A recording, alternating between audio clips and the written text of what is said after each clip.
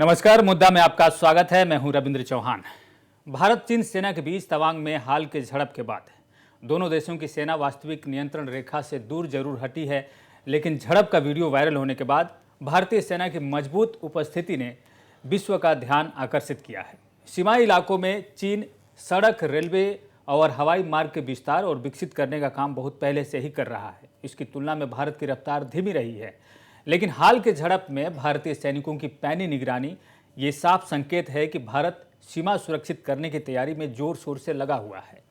इस बीच राजनीतिक बयानबाजी से देश में नाराजगी है। कांग्रेस के पूर्व अध्यक्ष राहुल गांधी की टिप्पणी से लोगों में गुस्सा है। ऐसी बयानबाजी से सेना का मनोबल पर क्या असर होगा, उससे भी अधिक जरूरी है देश के संवेदनशील मामलों में हमारी एकजुटता पर प्रश्न क्यों उठने चाहिए। दुनिया में ऐसी कोई लड़ाई सेना ने अकेले नहीं जीती। सेना के साथ लाखों देशवासियों की दुआएं, उनकी प्रत्यक्ष या परोक्ष मदद सेना का मनोबल बढ़ाता है। 1999 में भी पाकिस्तानी सेना को द्रास, तोलोलिंग और टाइगर हिल्स की चोटियों से खदेड़ने में स्थानीय लोगों ने सेना का साथ दिया। यही सोच तवांग की जनता की भी है। अरुणाचल प्रदेश की जनता ने कई मौकों पर इसे साबित किया है। आज हम मुद्दा में बात करेंगे, सीमा पर डटे सेना को देशवासियों से क्या उम्मीद रहती है। हमारे साथ जुड़ रहे हैं सेवानिवृत्त कर्नल दिव्य शंकर भट्टाचार्य। कर्नल भट्टाचार्य को पाकिस्तान और चीन के साथ सीमा इलाकों में कई अभियानों को सफलतापूर्वक चलाने का अनुभव है। हमारे साथ जुड़ रहे हैं मोहंतो पांगिंग भारतीय वायुसेना में ग्रुप कमांडर और विंग कमांडर के रूप में सेवाएं दे चुके हैं। अरुणाचल प्रदेश के अंजाव से सामाजिक कार्यकर्ता बाफुत सुक्रोंग भी हमारे साथ जुड़े हुए हैं। अरुणाचल प्रदेश की क्षेत्रीय पार्टी पीपीए के अध्यक्ष काफा वेंगिया भी हमसे जुड़ जाएंगे। पूर्व केंद्रीय मंत्री और कांग्रेस पार्टी के वरिष्ठ नेता निनोंग एरिंग भी हमसे जुड़ जाएंगे और साथ ही एबीवीपी के असम राज्य सचिव राकेश दास भी हमसे जुड़ेंगे। आप सबका इस कार्यक्रम में स्वागत है। सबसे पहले हम आपको दिखाना चाहते हैं तवांग की जनता का कुछ प्रतिक्रियाएं जो उन्होंने सेना के लिए कहा है और देश के लिए कहा है।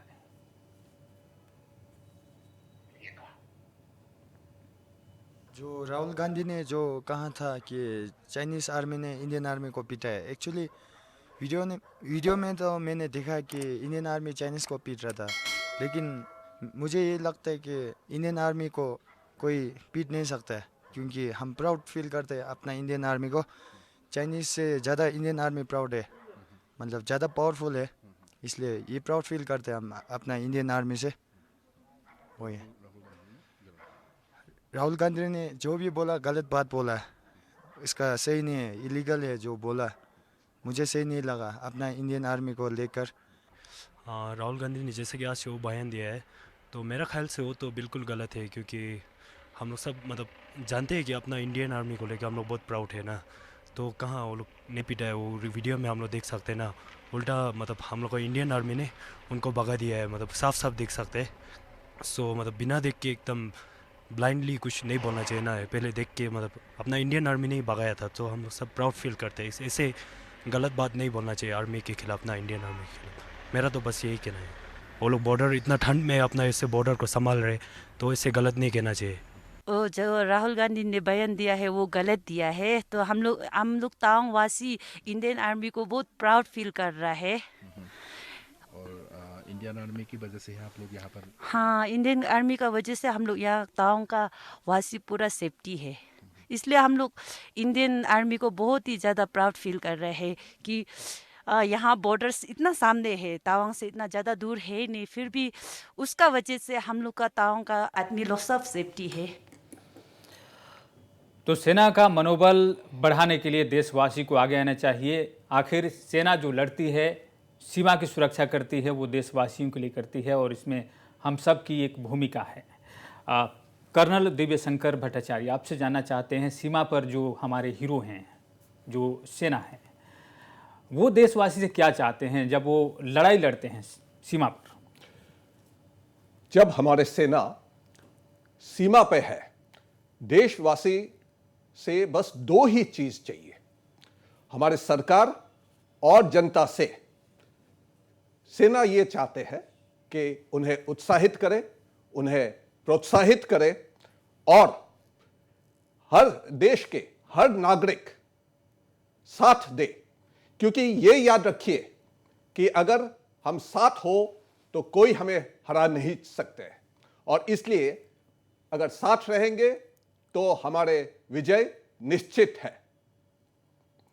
मैं इसलिए यह बताना चाहता हूं कि जैसे ऐसा बयान दिया है, वो सब हम साथ साथ ये सोच के देना चाहिए कि हम साथ पे सेना का मनोबल बढ़ाए और सेना को प्रोत्साहित करें।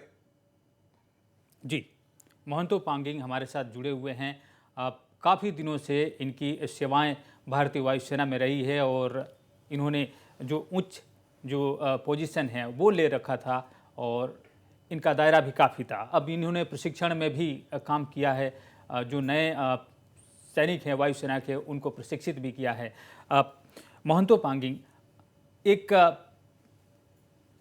सैनिक के रूप में, भारतीय सैनिक के रूप में जब आप सेवाएं देते हैं, सीमाओं की रक्षा करते हैं, तब आपसे क्या उम्मीद रहती है भारतीय जनता से और देशवासियों से? सबसे पहले आप सबको मेरा नमस्कार और मेरे जो को पैनलिस्ट है उनको भी मेरे शुभकामनाएं।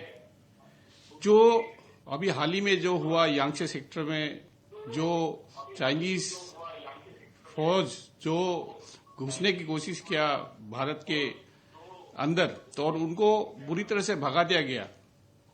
तो ये चीज होता क्या है मैं आपको बता दूं। सबसे पहले तो मैं ये जो राहुल गांधी जी का जो स्टेटमेंट है उसकी मैं निंदा करता हूं पूर्व सैनिक होने के वास्ते, क्योंकि अगर आप हमारे भलाई में फौज के सपोर्ट में आप नहीं बोल सकते हो तो अगेंस्ट में भी नहीं बोलना चाहिए।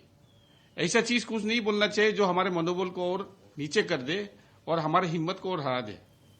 तो हमें ऐसा कुछ बोलना चाहिए। आप नेशनल लेवल में एक पॉलिटिकल पार्टी के लीडर हो, आप पॉलिटिक्स खेलिए अपने लेवल में, लेकिन उसमें फौज को मत घसीटिए, फौज का आप निंदा मत कीजिए, क्योंकि ये फौज है जिनके कारण सब ये भारतीय जो सिटीजन्स है वो चैन की नींद रात को सो पा रहा है और स्टेबल जिंदगी जी पा रहा है। बिकॉज फौज, आपको मैं ये बता दूं, जो यांगसे क्षेत्र है वो बड़ा हाई ऑल्टीट्यूड में है, वहां ऑक्सीजन कम मिलता है, बहुत ठंड है, कड़ी ठंड है और बहुत टेरेन बहुत टफ है। ऐसे इलाके में हमारे फौज, चाइनीज जो फौज है जो घुसने की कोशिश किया, उनको भगाया और उनके मुठभेड़ में उनको धकेल दिया वापस उनके टेरिटरी में। तो उनको हमें सैल्यूट करना चाहिए, हमको शाबाशी देना चाहिए, हमको हौसला उनको बढ़ाना चाहिए। और एक चीज मैं आपको बता दूं कि हमारे क्षेत्र में कि चाइना ही हमारे लिए एक चैलेंज रह गया है, इसीलिए हमें चाइनीज क्षेत्र में सब भारतीय सेना को सपोर्ट करना चाहिए हम सबको।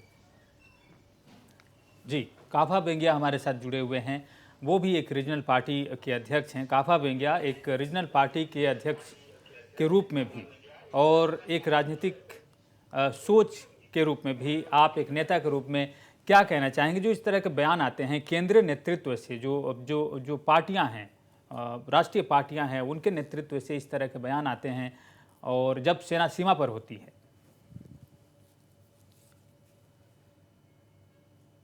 क्या हमें सुन पा रहे हैं काफा बेंगिया? काफा बेंगिया, क्या हमें सुन पा रहे हैं?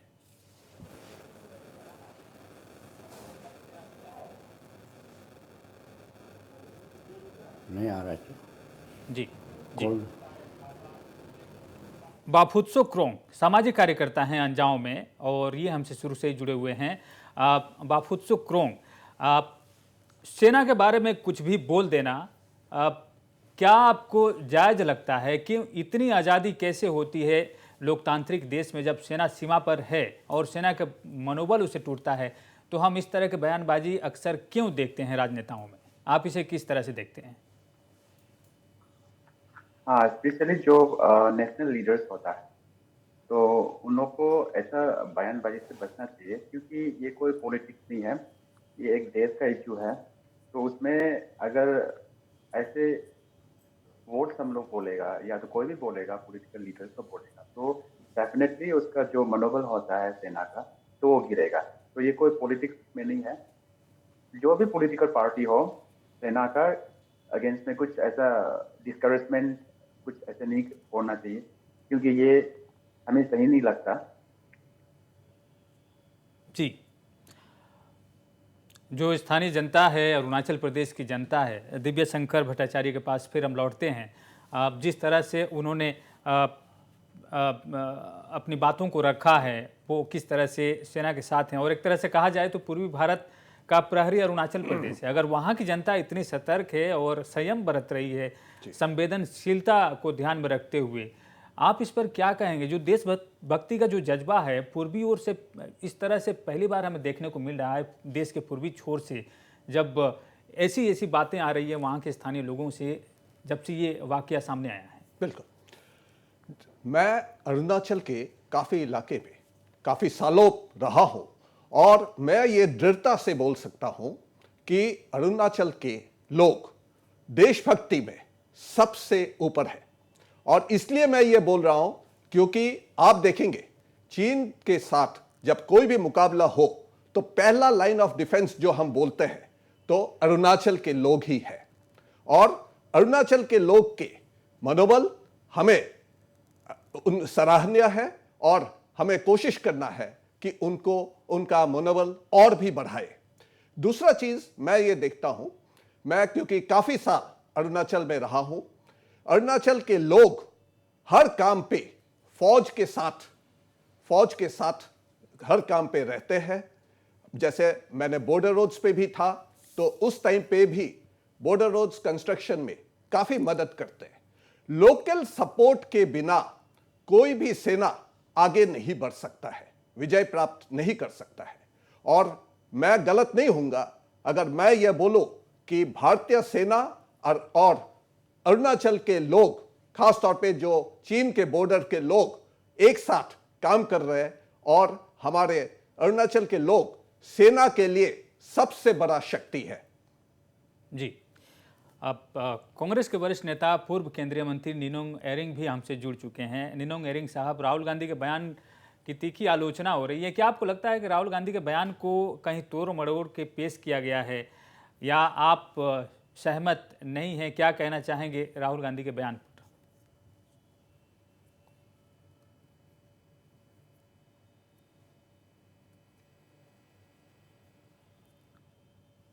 निनोंग एरिंग साहब, उन तक हमारी बातें नहीं पहुंच पा रही है। आप क्या हमें सुन पा रहे हैं निनोंग एरिंग साहब? मैं सुनाई दे रहा हूँ जी। सुनाई दे रहे हैं जी, क्या क्या हेलो? क्या आपने हमारे सवाल को सुना है? हाँ सुन लिया। जी जी, आपकी प्रतिक्रिया। तो यही कहूंगा कि मैं कांग्रेस का ना प्रवक्ता हूँ, स्पोक्स पर्सन नहीं हूँ, जी और ना मैं केंद्र सरकार में हूँ, ना मैं केंद्र में मैं एक सांसद हूँ। लेकिन फिर भी हमारा जब भी मुद्दे होते हैं चीन के विषय में, तो हम देखते हैं कि हर बार उसको एक राजनीतिक तौर में लेते हैं। इसको राजनीतिक तौर पे मत लीजिए प्लीज। मैं कहूंगा कि अरुणाचल प्रदेश के लोग, जैसे मेरे छोटे भाई सब ने, क्यों ये सब में से छोटे हैं, सब ने कहा कि हमारा देशभक्ति का जो पड़ाव है यहाँ, वो बहुत, जैसे जय हिंद कहते हैं, भारत माता की जय कहते हैं, और उस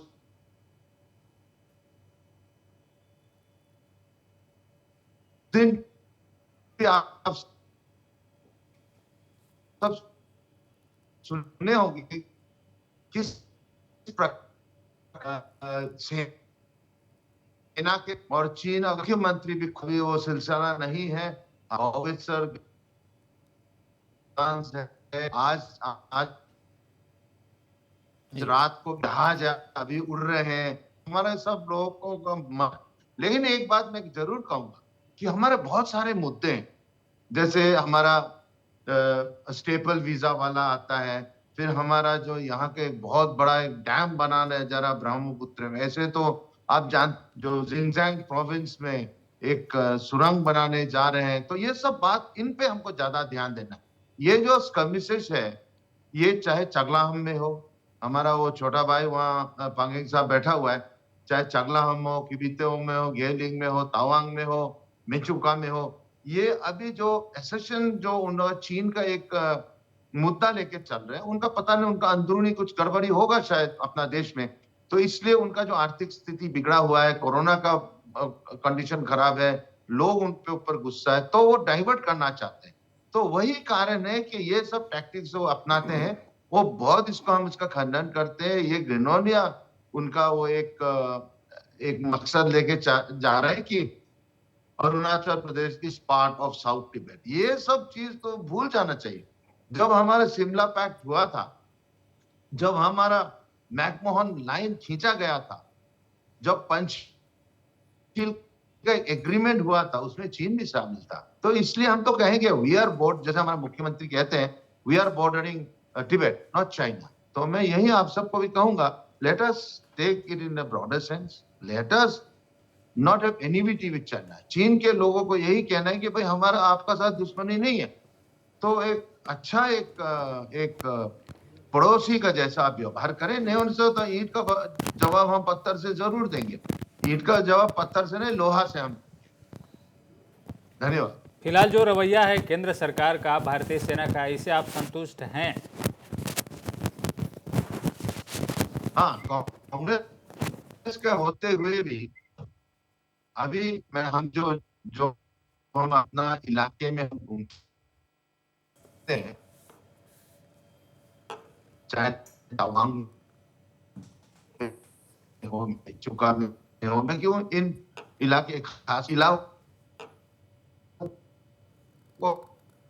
जी निनोंग एरिक साहब, आप जब भी बात करते हैं तो आप स्थानीय मुद्दों को आप उठाते भी हैं और साथ भी आपका एक रवैया भी रहता है सपोर्ट करने का। और आप ये भी कहते हैं कि अब चाहे कांग्रेस पार्टी में भले ही क्यों ना हो, लेकिन देश के लिए जब बात आती है तब आप एक सुर से जनता के साथ आवाज उठाते हैं।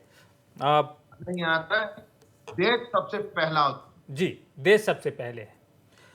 काफा बेंगिया जी, काफा बेंगिया भी हैं अरुणाचल प्रदेश में, ये भी राजनीतिक पार्टी से जुड़े हुए हैं। काफा बेंगिया, आपकी पहली प्रतिक्रिया क्या होगी इन सब बातों को देखते हुए?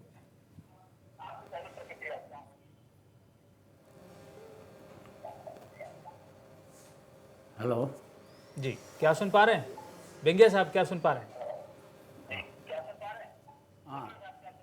हाँ, अरुणाचल की जनता ने तो ये दिखा दिया जी, अरुणाचल की जनता ने तो दिखा दिया है कि वो देशवासी के रूप में कितना देशभक्ति है उनमें और भारतीय सेना के साथ किस तरह से जुड़े हुए हैं। उन्होंने तो ये दिखा दिया है। आप क्या कहना चाहेंगे? जो राजनीतिक बयानबाजी होती है देश में, उस पर आपका क्या कहना है?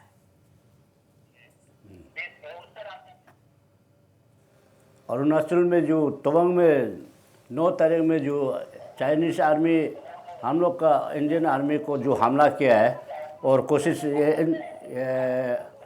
घुसपैठ करने की कोशिश किया है, वो तो बहुत अनफॉर्चुनेट है। और सामने में ये जो दोनों यानसन और ये बुमला जो है सामने भी है, उन लोग का वो इस बार पहले बार हम लोग सुना है इस टाइप का हुआ है। ये अच्छा काम नहीं हुआ है। तो ऐसा टाइप का अरुणाचल का तो बॉर्डरिंग स्टेट है चाइना का साथ में। वो आपका ये किबितो जैसे जगह, चगलागाम जैसे जगह और तवांग जैसे जगह में वो तो बॉर्डर का एलओसी और एलएसी जो है तो बहुत कोई जगह में इमेजिनरी टाइप का होता है। तो उसमें जो हुआ है वो तो बॉर्डर एरिया में तो कॉमन होते रहता है मिसअंडरस्टैंडिंग। तो फिर भी जो भी वो चाइना अटेम्प्ट किया है उसको तो हमारा इंडियन जवान लोग बहुत बीपीटिंग मैनर्स में उन लोग को समय पे वापस भेज दिया। और जो उसमें कोई ये जो कोई ये आदमी का कोई दोनों तरफ से कोई जान तो गया नहीं। वो तेला ऐसा तो कुछ क्या होगा इसका अलावा तो कुछ खास नहीं, लेकिन समय पे वापस भेज दिया। ये इंडिया आर्मी का बहुत अचीवमेंट है, बड़ा अचीवमेंट है। इसके लिए हम लोग बहुत एकदम प्राउड फील करता है। जी, राकेश दास हमारे साथ जुड़े हुए हैं अभी के। राकेश, आप देशवासी के रूप में हमारा जो कर्तव्य है और सेना के प्रति हमारी जो एक प्रतिबद्धता है, जिम्मेदारी है, क्योंकि सेना सीमा पर हमारे लिए खड़ी है, क्या रवैया होना चाहिए पूरे देश का सेना को लेकर? और ख़ास करके राजनीतिक पार्टियों के जो नेता हैं वो अक्सर बयानबाजी कर देते हैं और भुगतना पूरा देश को पड़ता है। देखिए, आज से 10 साल पहले सेना का जो परिस्थिति था और अभी के सिचुएशन में देखेंगे तो अभी भारतीय सेना बहुत रूप से हम सबल बोल सकते हैं, स्ट्रॉन्ग बोल सकते हैं। और उस हिसाब से पिछले अरुणाचल जो सीमा में हुआ, चाइना और अरुणाचल सीमा में जो कांड हुआ, उसमें भारतीय सेना ने दिखा दिया कि अभी हमारा क्या ताकत है और हम क्या कर सकते हैं। ये समय में सभी देशवासी और विद्यार्थी परिषद के नाते तो हम हमेशा सेना के साथ खड़ा हुआ है हर सिचुएशन में। पुलवामा के समय में हो, 1962 में हो, उसके बाद हो, हर समय में विद्यार्थी परिषद सेना के साथ खड़ा हुआ है। लेकिन हम देखते हैं जब भी सेना के तरफ से कोई एक स्ट्रॉन्ग पॉइंट दिखाया जाता है या कोई भी एक स्ट्रॉन्ग स्टेप दिखाया जाता है, तो देश में बैठे हुए जो बैठते देश में, लेकिन उन लोगों का मानसिकता जो अलग देशों के ऊपर ज़्यादा फोकस होता है, ऐसे राजनीतिक पार्टियों के तरह और उन लोगों के नेताओं के तरह बहुत सारे ऐसे बयान भी दिए हमें दिखाई देते हैं। जैसे हम देखा कि कांग्रेस पार्टी के एक नेता ने बोला कि अरुणाचल प्रदेश के सीमा में हमारी सेना पिट रहे है। अभी हम हमारे सेना चाइनीज सेना को पिट रहे कि मतलब हम मार खा रहे हैं, वो क्या समझाना चाहते हैं। तो ऐसे जो बयान है, ऐसे लोग ही अपना मानसिकता दोहराता है और दिखाता है कि हमारा अभी का सिचुएशन और पहले का सिचुएशन क्या था। इस समय में सेना को बहुत रूप से सूत मिला है और सेना के तरफ से अभी बहुत स्ट्रॉन्ग पॉइंट दिखाया भी गया है। सीमा में सेना का जो अभी मूवमेंट है वो बहुत स्ट्रॉन्ग हुआ है। और अभी भारत का इंटरनेशनल बॉर्डर में बीएसएफ के द्वारा हो या सेना का जितना भी अभी स्टेप हम दिखाई देता है, तो कहीं ना कहीं ये भारत का आंतरिक सुरक्षा सुरक्षित होने का और इंटरनेशनल लेवल पे भी एक भारत का जो शक्ति है वो हम प्रदर्शित करना चाहते हैं। लेकिन ये समय में जो पिछले दिनों हुआ घटना अरुणाचल में तवांग में, उसको लेके बहुत राजनीतिक पार्टियों के नेताओं के द्वारा हम टिप्पणी भी हम सुन रहे हैं। वो मैं सोचता हूँ कि वो देश के आंतरिक सुरक्षा हेतु और देश के सुरक्षा हेतु वो वैसा बात कहना कहीं ना कहीं देश विरोधी और देश के खिलाफ बोलना जैसा है।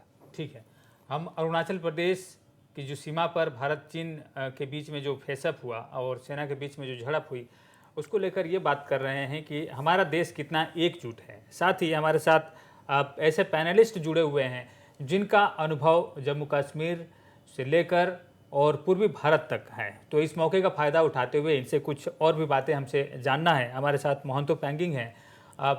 सर, आपसे ये जानना है कि जब अरुणाचल प्रदेश के दुर्गम इलाकों में ऑपरेशंस होते हैं, वहाँ पर किस तरह की दिक्कतें आती हैं। आपसे ये भी जानना है कि पहले की स्थिति क्या थी और आज क्या स्थिति है।